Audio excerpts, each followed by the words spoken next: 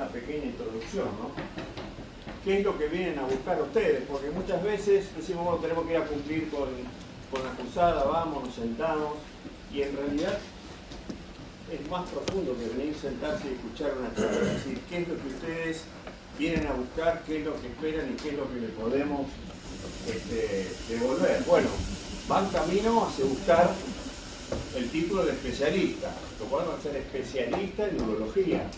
No es un tema menor, es decir, van cargando de una responsabilidad en el día de mañana, cuando estén solos y ejerzan la profesión, van a empezar a venir las ideas que uno le fue transmitiendo, y ahora parece que uno se las olvida, pero después cuando vienen los pacientes, dice, viste, me dijo esto, mirá, lo puedo aplicar. Entonces, fundamentalmente, para llegar a este título de especialista hay que cumplir con ciertos requisitos, que no tienen que ser evidentemente administrativos, venir y dar solamente el presente y estar sentado 2 horas escuchando, sino fundamentalmente, y en la gran responsabilidad tanto de ustedes como nosotros, ustedes como receptores y nosotros como emisores, de darle la idoneidad profesional.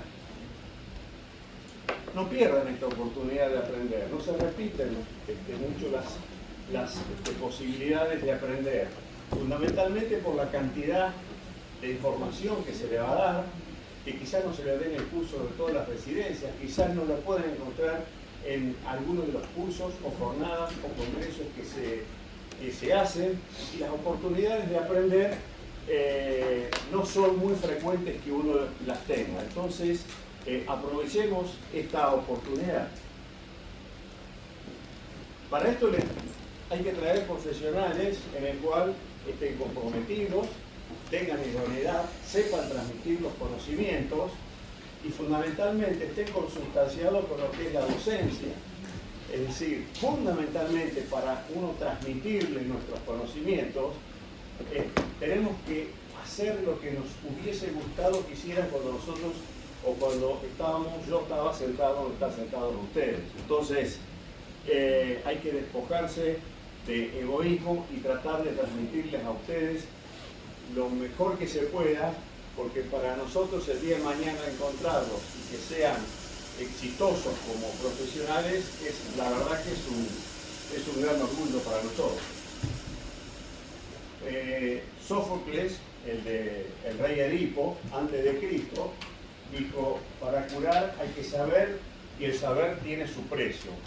No tanto su precio, sino que yo más llamo un poco de dedicación y entrega, es decir, dedicarse y ofrecerse a ustedes en toda su capacidad para llevarse la mayor cantidad del bagaje sobre este tema. ¿Qué nos trae acá? El cáncer de riñón.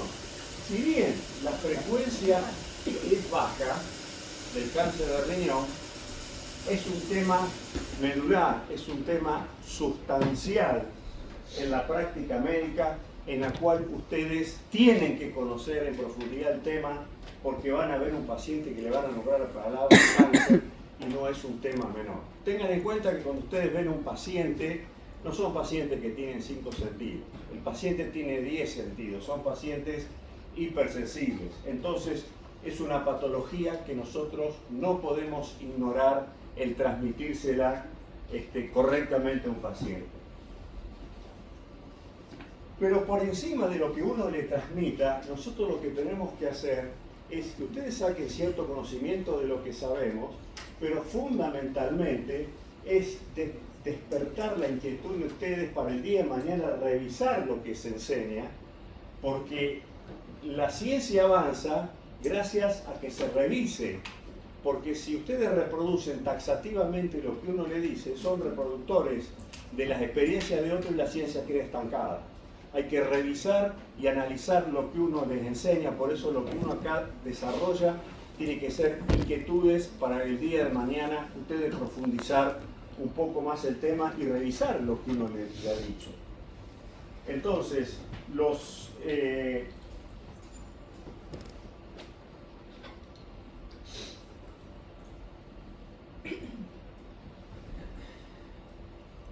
Los objetivos de esta cursada son transmitir las características generales para conocer y manejar un paciente con una masa ocupante renal. Transmitir aspectos del cáncer de riñón que no son de la práctica. Hoy, desgraciadamente, y estoy describiendo, yo no soy quien para criticar a nadie, pero hoy estamos plantados, che, es un cáncer grande, es un cáncer chico, y lo pude operar con esta incisión, yo lo saqué por la otra, mirá, yo operé un cáncer. Es mucho más el cáncer de riñón, conocerlo. Hay que leer la estrategia, hay que leer el comportamiento, hay que conocer la patología. Y hoy en lo cotidiano, no, a mí me fue bien, yo le operé así. En realidad, todas las experiencias personales son evidencia 5, es la menor de las evidencias. Entonces, ¿qué es la ventaja que ustedes tienen de recibir la información acá? Es gente que ha recopilado conocimientos y le va a transmitir, o le vamos a transmitir, conocimientos que están por encima de la experiencia estrictamente personal. Justamente lo que yo les decía, nosotros tenemos que, el objetivo es despertar las inquietudes a ustedes para que puedan dar el día de mañana nuevos aportes.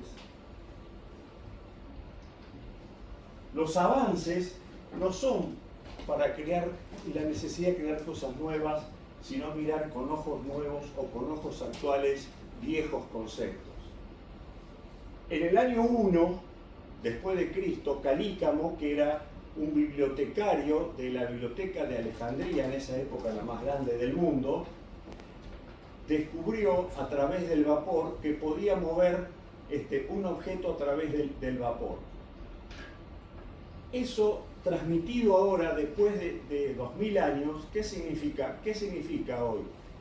Y logró a través del vapor hacer abrir puertas, o en esa época en los teatros abría los telones del teatro sin necesidad de la maniobra manual, que es lo que se hace ahora con la robótica. Es decir, en el año 1 el principio de robótica ya está aplicado 2000 años después, o sea, se fueron tomando cosas con nuevas miradas. Entonces, ¿qué le vamos a ofrecer acá? Todo este bagaje de conocimientos en 5 clases, con gente muy experimentada, y fundamentalmente hoy tenemos que conocer la parte inmunológica, porque el cáncer de riñón es una enfermedad genética, es una enfermedad metabólica y es una enfermedad inmunológica. Entonces tenemos que entrar saber de inmunología, y también fundamentalmente vamos a aplicar la radioterapia, que hace mucho tiempo que no se utilizó nunca o no se utilizaba en cáncer de riñón, y hoy está empezando a utilizarse. Yo le voy a dar un poco los conocimientos de qué se trata el cáncer de riñón, y volvemos a viejas experiencias con nuevos ojos. Es decir, Koenig en 1826 describió el origen tubular del cáncer de riñón, pero después Grawitz, y ustedes lo van a ver en algunos textos, el hipernefroma o el cáncer de Grawitz, porque Grawitz dijo que eran restos de suprarrenales dentro del riñón, y como la suprarrenal está por encima del riñón, hipernefroma. Pero en definitiva, hasta 1903 y 1928 se confirmó definitivamente el origen tubular del cáncer de riñón, y no así como había dicho Grawitz, el resto de glándula adrenal. Representa el 3% de la patología maligna del ser humano. El 90% de las masas ocupantes renales son malignas. Es más frecuente entre los 60 y los 70 años. Hay una predominancia de hombre a mujer, y como les dije, es una enfermedad genética, que yo algo le voy a decir, metabólica, que algo le voy a decir, y lo inmunológico, se lo voy a dejar al doctor Schwimmer, que va a ser el que se va a explayar un poco en eso. Bueno, la edad, ya lo dije, la obesidad. El paciente obeso tiene entre 1 y 4.6 veces más posibilidades, fundamentalmente porque los ácidos grasos liberados activan la vía mTOR, que la vía mTOR es una vía metabólica pro-oncógena, y de ahí que salió en su época el everolimus para bloquear la línea mTOR y tener un freno al desarrollo del cáncer de riñón. También liberan adiposinas que en su efecto fundamental de irritabilidad pueden desarrollar cáncer de riñón, como después vamos a ver y profundizar un poco más cuando está comprometida la grasa. El tabaco, fundamentalmente, a medida que más se fuma, más posibilidades de cáncer de riñón, y básicamente por los hidrocarburos y las aminas aromáticas que hacen mutar la reproducción celular, alteran el ADN y en vez de reproducirse una célula como una célula igual a la normal, se traduce en una célula maligna. La hipertensión arterial es eminentemente estadístico. No se ha encontrado una causa, pero estadísticamente un gran número de pacientes con hipertensión arterial tienen cáncer de riñón. La diabetes, fundamentalmente, si lo conducen a una insuficiencia renal, y la insuficiencia renal sí tiene capacidad de desarrollo de cáncer de riñón. ¿Por qué? Porque libera citoquinas y factor de necrosis tumoral alfa, que estimulan una proteína pro-oncógena. Tienen un estado tóxico permanente, el insuficiente renal, y vamos a ver después, a diferencia del que no es insuficiente renal, no tiene este mecanismo, y sí lo tiene fundamentalmente el factor metabólico, es el que lo va a diferenciar un poco del paciente en desarrollo del cáncer de riñón con insuficiencia que sin insuficiencia. Después se va a profundizar la histopatología, pero fundamentalmente la lista histopatológica del cáncer de riñón es interminable, debe haber 40 variables la clasificación. Nosotros como urólogos tenemos que encargarnos de esto, saber que el 75% son de células claras, tenemos que encargarnos de estos, y después el resto se encargará el patólogo de decirle, mire, es tal tumor. El carcinoma de células claras, dijimos que había un factor genético, fundamentalmente la alteración del gen VHL, que el gen VHL produce la proteína VHL, que es una ubiquinasa que fundamentalmente frena al factor inducible de hipoxia. ¿Qué es lo que genera si nosotros no tenemos frenado esto? Es tan ávido de metabolismo que necesita mucho oxígeno el tumor. Entonces, al no estar frenado el factor inducible de hipoxia, se genera la angiogénesis y le da oxigenación a las células malignas para poder desarrollarse. Eso es por el lado de lo que sea metabólico. Y también lo que hace este gen VHL mutado, lo que hace generar la acción de un gen pro-oncógeno como es el gen MYC. El papilar, gracias. El papilar, fundamentalmente la mutación del receptor c-MET, donde es una proteína tirosinquinasa, en realidad esto se encargaría del desarrollo, proliferación y reparación de células normales.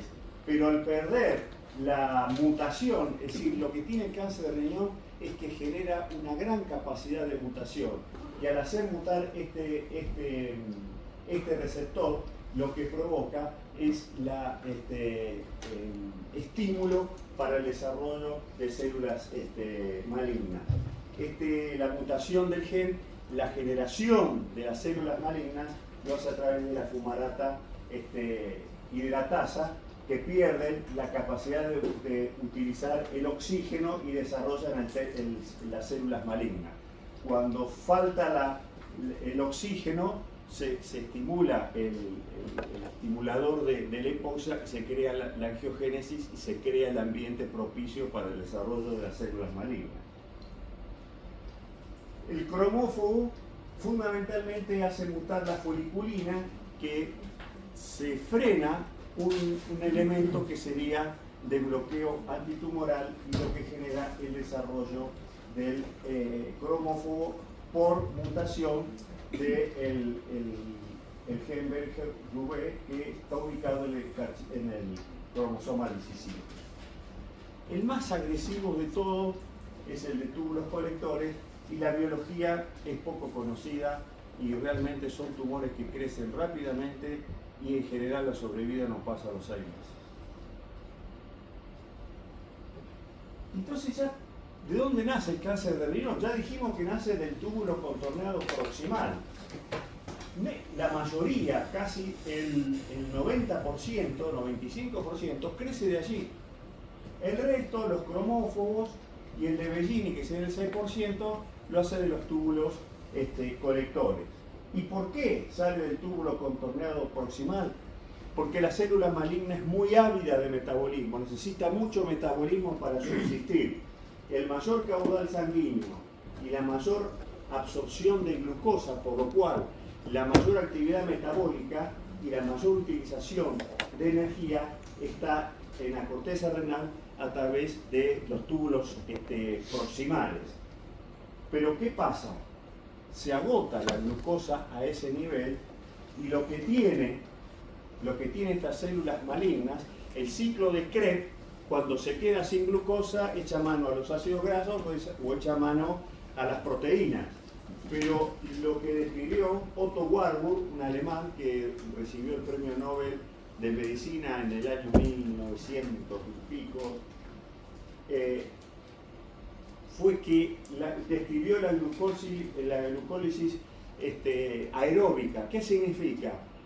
Que el metabolismo, los detritos del metabolismo, la célula maligna, el piruvato, el lactato, lo pudo usar como sustrato, lo utilizó las células malignas, cosa que la célula normal no la puede hacer. La célula maligna, a través de la mutación de las vías metabólicas, logró utilizar los desechos que tiene el ciclo de Krebs, lo utilizó como sustrato porque se quedó sin glucosa para seguir alimentándose de la energía que necesita para la reproducción de las células malignas. Entonces, nosotros lo que necesitamos son riñones que tengan metabolismo, que le den de comer al tumor. Fíjense ustedes que si tenemos un riñón normal y un riñón hipotrófico, el tumor elige el mejor riñón, porque es el que tiene metabolismo para darle de comer a las células malignas. No elige el peor riñón porque no tiene prácticamente metabolismo. Fíjense ustedes, este paciente monorreno con este gran tumor nos expuso a un gran desafío quirúrgico, que bueno, le pudimos hacer una nefrectomía parcial, que no siempre es posible. Y fíjense cuán sano es el parénquima para darle de comer a las células malignas, que se evaluó en 800 casos que tenía el parénquima no neoplásico, y la verdad que la patología que tenían el riñón normal era muy baja, anterior esclerosis, glomerulosclerosis, muy baja. En general son riñones altamente sanos. Pero ustedes dirían, che, pero dijiste que la insuficiencia renal tiene más posibilidad de ser un cáncer de riñón, entonces ¿dónde nos metemos? Es que el mecanismo es otro. Prácticamente el insuficiente renal no tiene metabolismo en sus riñones suficientes, y lo hace fundamentalmente por elementos tóxicos a través de la irritación crónica que pueden ejercer la citocina, y el muy menor aporte es el aporte energético. Por eso, la gran mayoría de los pacientes que hacen un cáncer de riñón y insuficiencia renal, que van a tener una clase y no me quiero adelantar, son tumores de bajo grado. Como resumen, el origen tubular sería el más frecuente porque contaría con las condiciones metabólicas más aptas para la célula maligna. Y que la base sea la glucosa daría posibilidad de que podamos utilizar el PET para buscar metástasis. Van a encontrar en todos los libros, es un tumor de crecimiento lento. El cáncer de riñón, ¿han escuchado eso? Es un tumor de crecimiento lento. Y ahí viene lo que yo me pregunté. Si es un crecimiento lento, la bibliografía menciona entre 1 milímetro y 1 centímetro por año. El de 1 centímetro por año que creció muy rápido. Entonces la pregunta que yo me hice, o sea que un tumor de 5 centímetros puede tardar entre 5 y 50 años para crecer. Hay algo que no está bien. Entonces, ¿por qué la incidencia es entre 65 y 70 años? Si es de crecimiento lento, bueno, habría que el grupo etario sería más frecuente entre los 20 y los 30 años. ¿Por qué es en los 70? ¿Y dónde estaba la falla? La falla es que todo el crecimiento está desde el momento en que el tumor fue diagnosticado. Entonces fue diagnosticado el tumor, algunos entraron en vigilancia activa y vieron que no crecía. Ahora, nadie estudió desde que no había tumor hasta que había tumor. ¿Cómo crecía desde el cero? Y esa fue la pregunta que nos hicimos, y al trabajar en un medio privado y cerrado, como en el Hospital Alemán, que toda la información se comparte, empezamos a analizar ese tipo de... y teníamos la posibilidad de ir cotejando estudios. Entonces, nos pusimos a analizar a través de muchos años, porque no fue fácil, el patrón de crecimiento. Entonces, hicimos un estudio observacional donde determinamos la velocidad de crecimiento desde que no había patología hasta que se hizo el diagnóstico. Entonces, era el tiempo y dividido, es decir, los centímetros que creció, dividido el tiempo, y ahí sacamos la velocidad de crecimiento. Y está descrito el promedio de crecimiento lineal, tiene el respaldo bibliográfico como era correcto lo que nosotros íbamos a hacer. Esta es la población, pero fundamentalmente desde la nada, desde cero hasta que nosotros encontramos el tumor, el tiempo medio fue de 4 a 8 meses. Como ven ustedes, no encontramos diferencia de tumores, de grado, de estadios, o sea que cualquier masa ocupante renal tenía un crecimiento diferente al que estaba descrito por la bibliografía. Entonces, la velocidad de crecimiento anual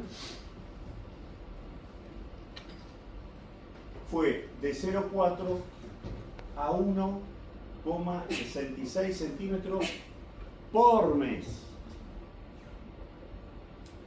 Acuérdense que nosotros decíamos que creció rápido, si crecía de 1 milímetro a 1 centímetro por año. Entonces, de la nada hasta que apareció el tumor, crecían a razón entre 0,4 a 1 centímetro, .66 por mes. ¿Esto qué dice? Que inicialmente el tumor de riñón tiene un crecimiento extremadamente rápido, y ahí se entiende por qué el grupo etario es de 60 a 70 años, porque de la nada crece muy rápidamente y ahí se estaciona, como vamos a demostrarle con los ejemplos. Esta paciente que fue operada de un carcinoma de útero, fue estadificada, no tenía nada, y al control se le hizo un control a los a los 3 meses hizo un control y de la nada tenía tumor bilateral, con un crecimiento en 3 meses de 1 centímetro por mes y 1,66 centímetros de este lado también por mes. O sea que estamos demostrando que no es de crecimiento lento. Inicialmente tiene un crecimiento extremadamente rápido y ahí se para. ¿Y cuál es la importancia de esto? La importancia de esto es para el paciente. Porque yo tenía un paciente que tiene centros de diagnóstico, y el centro pero si yo me hice una tomografía hace 4 meses y no tenía nada. Entonces, ¿estará bien la tomografía? ¿La habrán leído bien?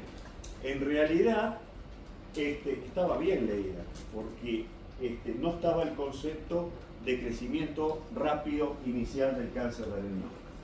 Este paciente también lo operamos por algo benigno, el control normal, y de marzo a octubre creció este tumor. Se hizo una nefrectomía, 6,2 centímetros, de manera que creció 6,2 centímetros en 7 meses. 0,8 centímetros por mes. Y este paciente sería el que haría una síntesis de cómo sería la historia natural del cáncer de riñón. Una nefrectomía parcial, paciente monorreno, en septiembre estaba, fíjense, en 1997, cómo lentamente tuvimos que juntar los 36 casos. Y en enero del 98, es decir, a los 4 meses, otro tumor de 3 centímetros. El paciente le dijimos, mire, hay que operarlo de nuevo, los riesgos son de perder el riñón, diálisis, etcétera, etcétera. Yo no opero nada del paciente. Entonces, masa de 3 centímetros creció casi 0,75 centímetros por mes. Y el paciente no se operó, y desde el 98 al 2004, 68 meses totalmente estable sin ninguna modificación. Y falleció por insuficiencia cardíaca. Entonces, esto resume un poco la historia. El tumor de riñón tiene un inicio rápido y después se estabiliza, excepto en alguna variable que pueda haber. Este paciente, 83 años, bypass coronario, cáncer de colon, es decir, tumor de 3 centímetros, controlémoslo, lo controlamos y el paciente hizo una segunda fase de crecimiento rápido de 8 centímetros que creció a razón de 1,34 centímetros por mes. Significa que puede tener una segunda fase de crecimiento rápido, lo que pasa que en la mayoría no se ven porque la mayoría de los tumores son operados. Pero, entonces el riñón tendría 2 fases de crecimiento, una rápida y otra de estabilidad o de bajo índice de crecimiento. La mayoría se puede presentar en cualquier momento de la velocidad rápida, pero sería más frecuente inicialmente. No se ha demostrado que las distintas estirpes tengan incidencia en la velocidad de crecimiento. Y esta etapa, si ustedes buscan en la bibliografía, hay 2 presentaciones. La primera nuestra fue en el 2011 y hay otra en el 2012 en el Journal. El resto son velocidad de crecimiento desde que está el tumor.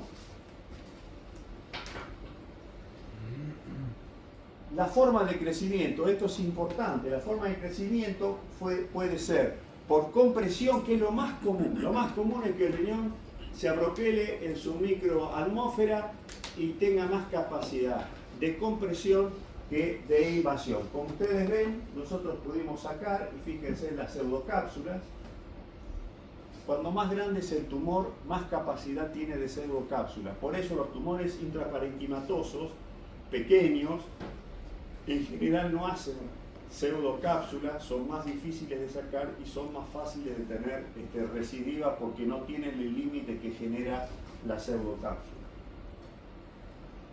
Y esa pseudocápsula está dada por glomerulosclerosis, nefroesclerosis y arteriolosclerosis, que según la importancia o el volumen de las esclerosis que tenga son los distintos grados de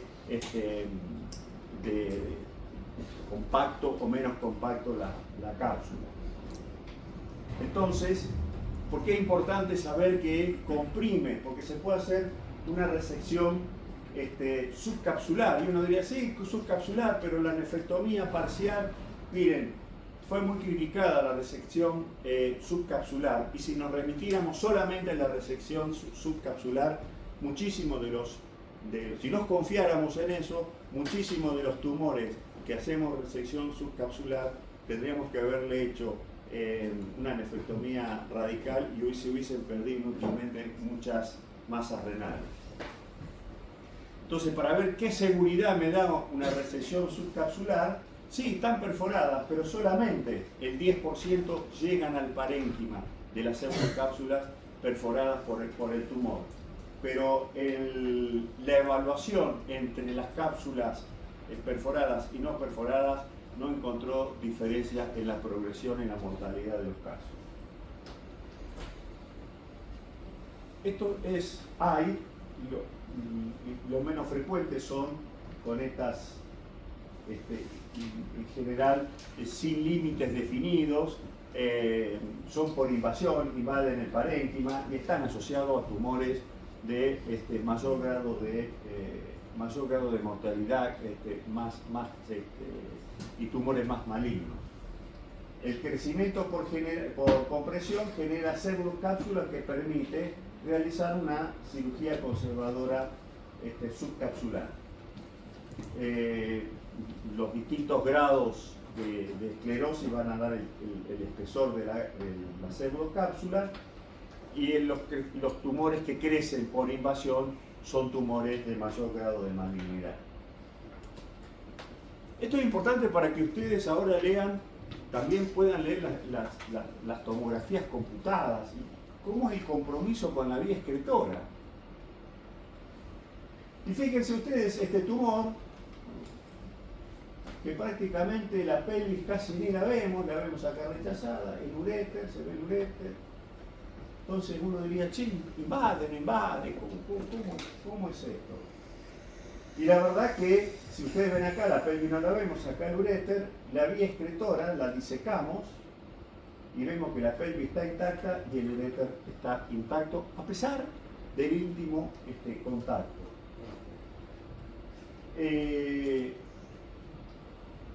Acá disecamos esta pieza y esta es el cáliz inferior, que uno diría, che, está metido, ahí está infiltrado. No estaba infiltrado el cáliz, con lo cual habla de que el tumor tiende a circunscribirse y no a invadir. Fíjense, acá no vemos riñón prácticamente. Y podemos ver la pelvis renal y el uréter. Ya vamos viendo, no vemos los cálices, entonces ya vamos viendo, che, el uréter está siempre zafa y la pelvis bastante bien, el semejante tumor no diría la pelvis está destrozada. Y acá está comprometida la pelvis, pero fíjense ustedes, cuando vimos que invadía los cálices, estaban destruidos los cálices, sin embargo, la pelvis es invadida, pero no es destruida, no desaparece la pelvis. Fíjense ustedes el tumor invadiendo la pelvis renal y fíjense cómo la pude separar perfectamente y se mantiene intacta. O sea, el tumor destruye los cálices, pero respeta bastante la pelvis. Los cálices polares son los más afectados, después los medios. La pelvis de excepción y tiene valor pronóstico. Cuando la pelvis está comprometida es de mayor pronóstico. Nunca es afectado el uréter. Nunca es afectado el uréter y esto va a tener aplicación práctica en ustedes. El compromiso de la vía excretora se asocia habitualmente a tumores de alto grado. Y después les voy a explicar cuál es la importancia de que el uréter no esté infiltrado. Estructuras vasculares. Fíjense este tumor. La arteria renal le hace de hamaca, es una hamaca paraguaya. Y entonces uno dice, y la arteria está respetada, a pesar del íntimo contacto, ¿no? Acá no vemos la arteria, no la podemos ver, pero fíjense ustedes cómo la arteria se las ingenia y llega al riñón, y llega a través del tumor. Entonces uno dice, impresionante, es decir, la arteria nunca es infiltrada en forma, de ninguna forma, siempre irriga el riñón. Y esto, cuando ustedes lean una tomografía, como le voy a dar el ejemplo, van a poder hacer el diagnóstico. Entonces lo que hicimos fue un gran tumor y dijimos, bueno, busquemos a ver si está infiltrado. Disecamos bien el ilio, lo disecamos bien. La pelvis, fíjense ustedes, el tumor llega hasta acá y la pelvis está intacta. Y acá podemos sacar la vena renal intacta, la arteria renal intacta y hasta la arteria piérica. O sea, en forma extrínseca respeta las estructuras vasculares.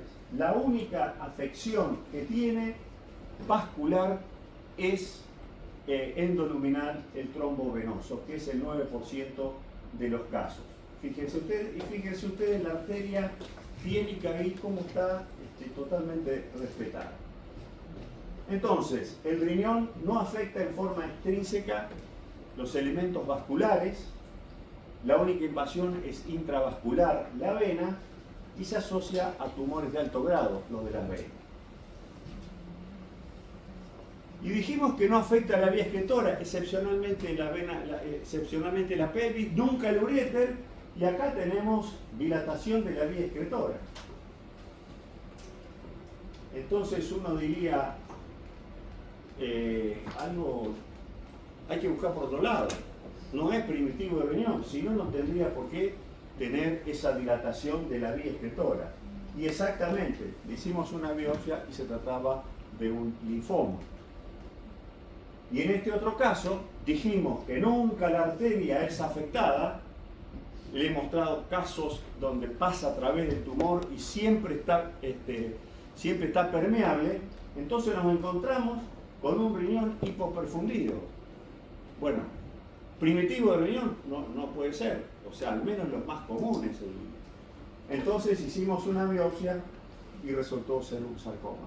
¿Se dan cuenta cuál es la aplicación del saber cómo se comporta con las estructuras vasculares y con la vía excretora? Ustedes pueden presumir diagnósticos y pueden hacer, porque este paciente después se estadificó y el otro paciente le tenía indicada una nefrectomía por el tumor y resultó ser un linfoma, se hizo una biopsia y el paciente hizo tratamiento sistémico de su biopsia y hoy tiene sus 2 riñones funcionales.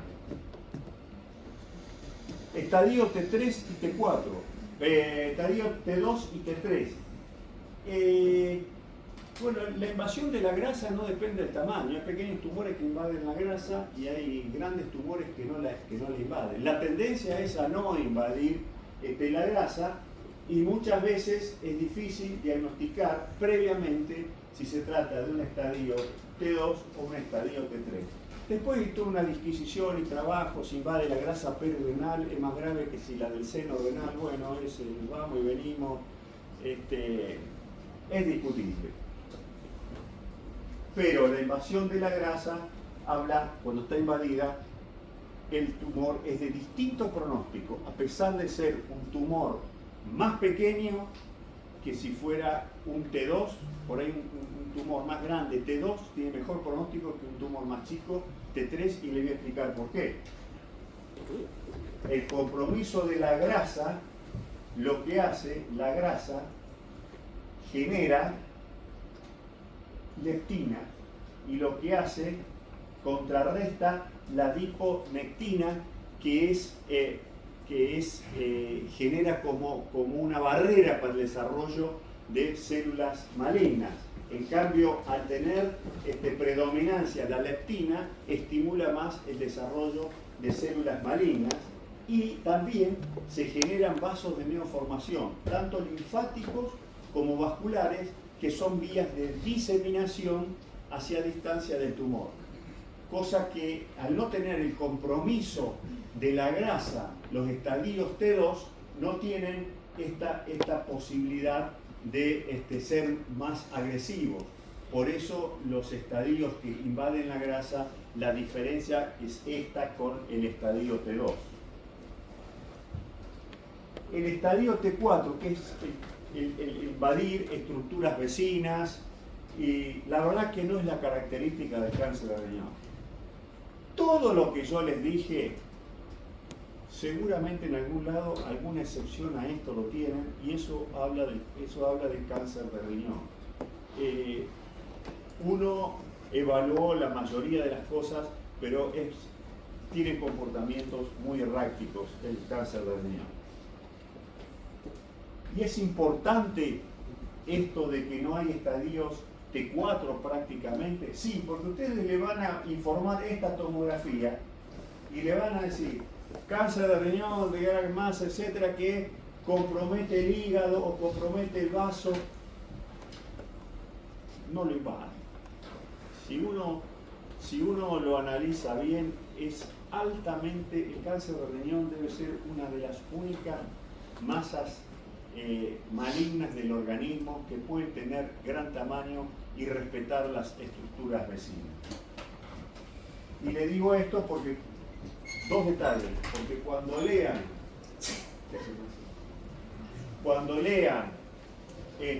los informes que van a decir, no, pues están infiltrado el hígado, es como que uno diría, che, bueno, ¿será resecable? ¿No será resecable? No hay que achicarse. Por otro lado, fíjense ustedes qué gran masa, y fíjense el pedacito de riñón que le quedó, sigue irrigado, tiene sangre, es decir, volvemos a lo de la arteria siempre está permeable. Este gran tumor, uno diría, bueno, está pegado a estructuras vecinas, entonces no, mirá, qué sé yo, muy...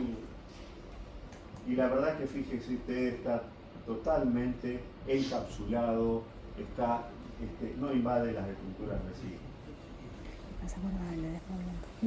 El cáncer de riñón tiende a respetar estructuras vecinas, eso permite que sea generalmente resecable a un tumor de gran tamaño. Como resumen, es un tumor frecuente en la corteza renal, cuenta con mejores condiciones para el metabolismo celular, crece por etapas, una de mayor velocidad y otra lenta o estable. Sobre el parénquima puede crecer por compresión o por invasión.